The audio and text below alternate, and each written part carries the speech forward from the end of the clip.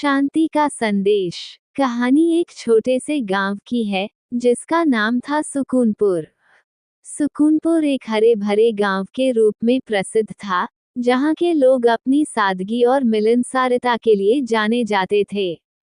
गांव के बीचों बीच एक पुराना पीपल का पेड़ था, जिसे गांव वाले बहुत मानते थे। इस पेड़ के नीचे हर शाम गांव वाले इकट्ठा होते और अपनी कहानियां साझा करते। गांव के सबसे सम्मानित और बुद्धिमान व्यक्ति थे ठाकुर जी, जो हर समस्या का समाधान बड़ी सूझबूझ से करते थे। ठाकुर जी की एक विशेषता थी कि वे हमेशा शांति और एकता की बात करते थे। उनका मानना था कि किसी भी विवाद का समाधान बातचीत और समझदारी से किया जा सकता है। एक दिन गांव में एक बड़ा विवाद पैदा हो गया। गांव के दो बड़े परिवार, यादव और शर्मा परिवार, के बीच खेत की सीमा को लेकर झगड़ा शुरू हो गया। दोनों परिवारों के लोग आपस में गुत्थम गुत्था होने लगे और गांव में तनाव का माहौल बन गया। दोनों परिवारों के बीच मारपीट और गाली गलौज की घटनाएं बढ़ने लगीं। इस स्थिति को नियंत्रित करने के लिए ठाकुर जी ने एक बैठक बुलाने का निर्णय लिया। उन्होंने गांव के सभी प्रमुख लोगों को आमंत्रित किया और समस्या का समाधान निकालने के लिए चर्चा की। बैठक के दिन यादव और शर्मा परिवारों के लोग भी आए, लेकिन उनके चेहरे पर नाराजगी और गुस्सा साफ झलक रहा था। ठाकुर जी ने शांतिपूर्ण ढंग से बात शुरू की। उन्होंने कहा, हम सभी एक ही गांव में रहते हैं और हमारे बीच एकता होनी चाहिए।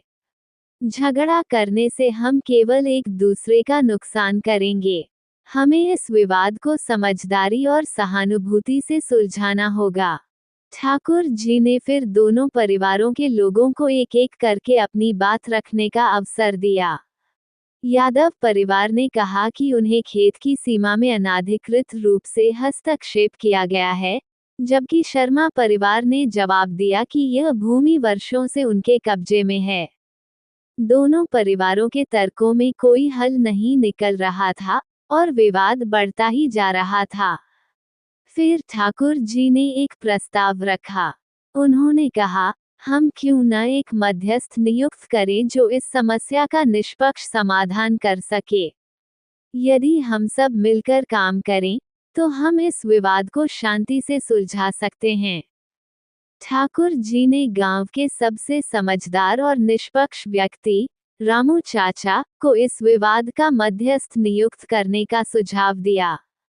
रामू चाचा, जो अपने तर्क और समझदारी के लिए प्रसिद्ध थे, ने इस प्रस्ताव को स्वीकार कर लिया।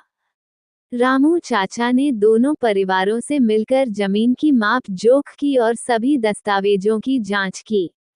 उन्होंने गांव वालों से उनकी बातें सुनकर एक निष्पक्ष समाधान तैयार किया।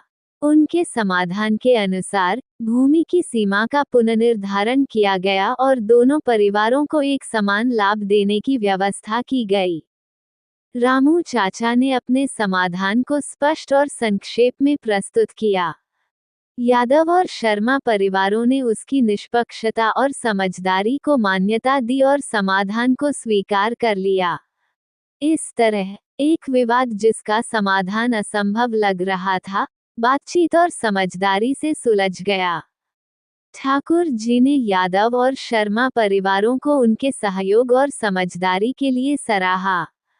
उन्होंने कहा, यहाँ पर शांति का संदेश हमें ये सिखाता है कि कोई भी समस्या बड़ी नहीं होती, अगर हम मिलकर उसका समाधान ढूंढें। आपसी सहयोग और संवाद से ही हम एकता और शांति बनाए रख सकते हैं। गांव में शांति का माहौल वापस लौट आया। यादव और शर्मा परिवारों के बीच पहले से भी मजबूत संबंध बन गए और गांव के लोग एक दूसरे की मदद करने लगे। सुकूनपुर में अब पहले से भी अधिक खुशहाली और समृद्धि आई। इस घटना के बाद ठाकुर जी और रामू चाचा की शांति की शिक्षा ने सुकूनपुर को एक आदर्श गांव बना दिया।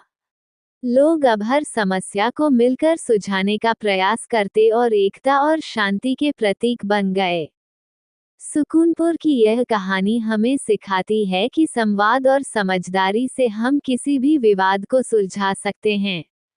शांति की राह पर चलकर हम सभी समस्याओं को मात दे सकते हैं और एक बेहतर समाज बना सकते हैं।